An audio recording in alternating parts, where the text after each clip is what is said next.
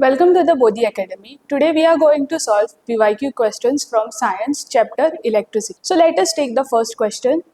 So the first question is calculate the effective resistance of three resistors R1 10 ohms, R2 15 ohms, R3 30 ohms connected in parallel. So in the first question we are given three resistors, that is R1 is 10 ohms, R2 is 15 ohms and R3 is 30 ohms, and all are connected in parallel.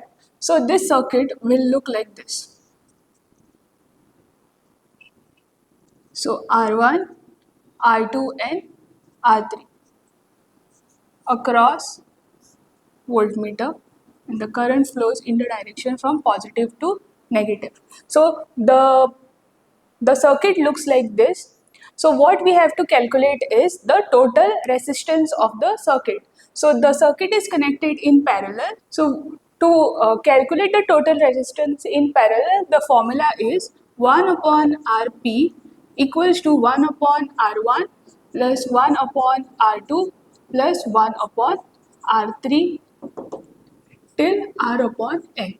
So here we have to take how many resistance which are given over here. So those much we have to take. So the formula will be 1 upon Rp equals to 1 upon R1 plus 1 upon R2 plus 1 upon R3, because three resistance are given. So let us substitute.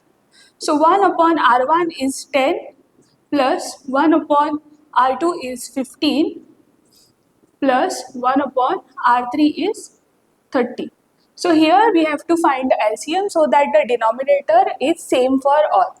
So 3, 15, 2 0. So the LCM comes to 30. So to make it same, what we have to do is whatever we multiply in the denominator has to be multiplied in the numerator also. So what we will get is 3 plus 2 plus 1 divided by 6 divided by 30. So 1 upon 5 is your 1 upon Rp. So 1 upon Rp will be 1 upon 5. We have to find Rp. So Rp will be 5 ohms. So the total resistance in parallel for this circuit is 5 ohms. So the second question is an electrical appliance of power rating 300 watt is connected to a 200 volt supply line.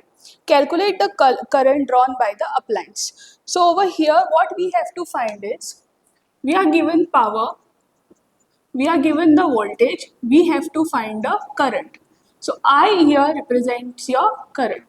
So we have to find the current which is utilized by the appliance over here. So we have been given two values, that is power is 300 and your voltage is 200. So the formula to calculate power is V into I, that is potential difference into current. So now we have to substitute, or we can rearrange the formula to find I. So if we take multiplication to the other side, it becomes division. So like this, after rearranging, we can get the formula and then we can substitute the values. So over here the values are 300 and 20 equals to I. So if we cancel out this, what we get is I will be equal to 1.5 ampere. So over here A is the unit of current, that is ampere. So the answer will be 1.5. So the current drawn by the appliance will be 1.5 ampere. So the next question is, in the domestic electric circuits, the microwave refrigerators are always connected in parallel. Why? So why all the appliances are always connected in parallel? So the reason is, in parallel, each appliance get the same voltage.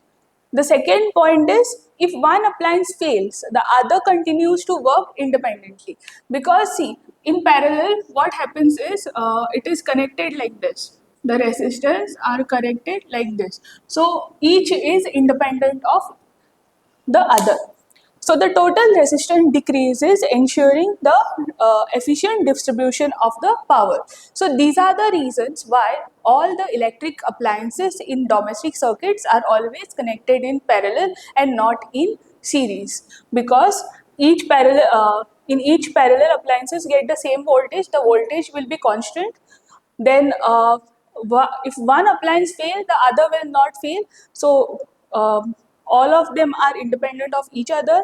Then total resistance decreases, ensuring efficient power distribution. So these are the reasons why we use parallel circuit in domestic appliances. So the next question, so this question has two parts. That is, first part, connect three resistors R1, R2 and R3 in series with an emitter, a plug key, insert a voltmeter and show the direction of the current. So this is the first question, and the sub question for this is, if the resistance of each resistor is 5, 15 and 30 ohms, find the total resistance in the above circuit. So first we have to draw the circuit for the given resistors, that is in series. So for a circuit, what we have to what are the components to draw a circuit? It is first emitter, then your voltmeter, your resistors, key, and your power supply. So using all these components, let us first draw the circuit. So the circuit here, it is in series. So we have to draw a series circuit. First, let us draw the resistance. So it is in series, so it will come one after the other. So R1, R2 and your R3. So here three resistors are given. So we have to draw accordingly. Then comes your emitter. Here comes your battery. And then a voltmeter which has to be across the. So this is the basic circuit that is in series. So this is your R1, R2 and R3, your resistors, then emitter. The voltmeter has to be across the resistors, your key, the battery, and now we have to show the direction of the current. So the direction of the current is from the positive end to the negative end. So this arrow shows the flow of the current, that is from a positive terminal to the negative terminal, and this is the key. So this is the circuit for series wherein we have connected three resistors, that is R1, R2 and R3. So the second part of this question is, we have to find the total resistance if the values of each is given. So the value of R1 is given as 5 ohms, then R2 is 15 and R3 is 30 ohms. So we are given the values of each resistance. So now we have to find the total resistance in the circuit. So for series, the formula is Rs, that is total resistance in series, equals to R1 plus R2 plus R3 till Rn. That is, you have to calculate for how many resistance which is given in the circuit. So here we are given only three resistance. The formula will be Rs equals to R1 plus R2 plus R3. So now let us substitute the values. So R1 is 5 ohms, R2 is 15 plus R3 is 30. So total becomes 50 ohms. So your total resistance in series will be equal to 50 ohms. So this is the first part of the question, that is A part, wherein we had to draw the circuit in series. Then we have to, this is the second part wherein we have to calculate the total resistance in series, wherein the values of R1, R2 and R3 were given as 5 ohms, 15 ohms and 30 ohms. So the total resistance in series for this circuit is 50 ohms. So the ohms is basically the unit of resistance which we have to write in the answer. So this is the answer for the question. So the next question is, state any two factors on which the resistance of a conductor depends. So basically a conductor is a substance which conducts electricity. So the factors on which the resistance of the conductor depends is the first. So the resistance of a conductor depends on two factors. The first factor is the length of the conductor. So in this case, if the resistance, if the length, so in this case what happens is, so basically this is the conductor. So this becomes the length of the conductor. So here the resistance will increase if we increase the length of the conductor. So if resistance of the if the length of the conductor is increased, basically the resistance will also increase. Then area of the cross section. So here area of the cross section is basically the area. Okay, so here what happens, so if we increase the area of cross section, what will happen is the resistance will decrease. So basically this is how the resistance depend upon the length of the conductor, that is the resistance will increase if we increase the length, and area of cross section, that is the second factor, wherein if we increase the area of cross section, the resistance will decrease. So the next question is, an electric geyser takes 10 ampere from a 220 volt line. Determine the power of the geyser and energy consumed in 2 hours. So over what we have to determine is the power. We have to find the power of the geyser and the energy, the amount of energy which is consumed in the by the geyser in time period, that is 2 hours. So first let us write what is given. So we are given current, that is 10 ampere, then voltage is given as 220 volt, time is given as 2 hours. What we have to find is power and the energy which is consumed. So first let us find the power. So the formula to calculate power equals to VI, that is voltage into current. So voltage is 10 into 220 volt.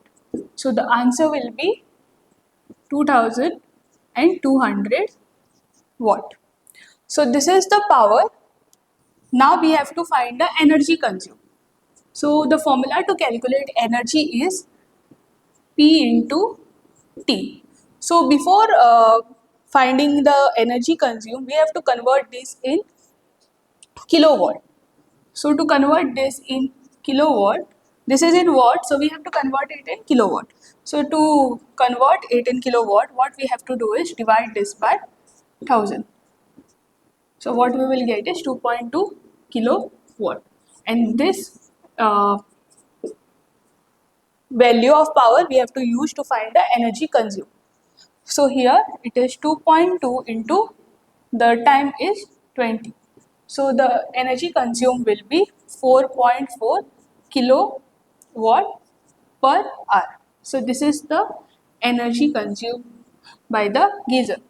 So at the current 10 ampere and voltage 220, the power consumed by the geyser is basically 2200 volt, that is equal to 2.2 kilovolts, and the energy consumed by the geyser over here at time 2 hours is 4.4 kilowatt per hour. So the next question is, alloys are used in electrical heating devices, give reason. So basically what are alloys? Alloys are basically metals which are in combination with other metals. So the mixture of two metals is basically alloy. So alloys, why they are used in electrical heating devices? So basically because of these properties of the alloy. That is, alloy have higher resistance producing more heat. So it has high resistance while producing more heat. They have higher melting point preventing damage to the due to overheating. So they have a higher melting point that prevents the appliance from overheating. Then they do not oxidize easily at higher temperature. So basically these properties of alloys makes them suitable for using in electrical devices which involve more heat production.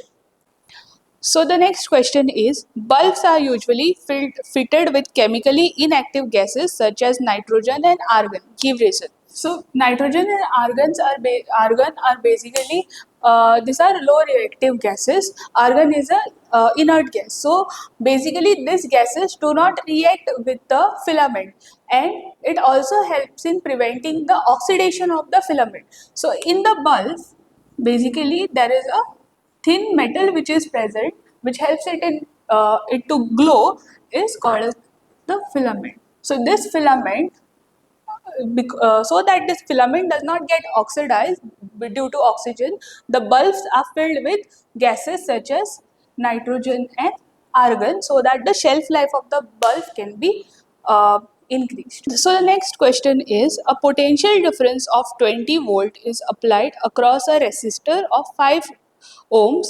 Find the current. So over here now the potential difference and the resistor is given. We have to find the current. So to find the current, we will use the Ohm's law here, which is equal to V equals to I R. That is, your potential difference is equal to the current and the resistors. So over here, what is given is voltage and your resistor. So voltage is given as 20 volt potential difference, and resistor is 5 ohms. We have to find the current. So we will use the Ohm's law equation over here to find the current, that is V equal to IR. So to find I, we can rearrange the formula, that is, if we take this multiplication to other side, that becomes division. So is V will be equal to V is equal to V is V upon I equals to V upon R if we rearrange the equation. So now we can substitute the value of V and R. V is 20 upon 5. So I 5 and 5 4 I equals to 4. The unit of current is ampere.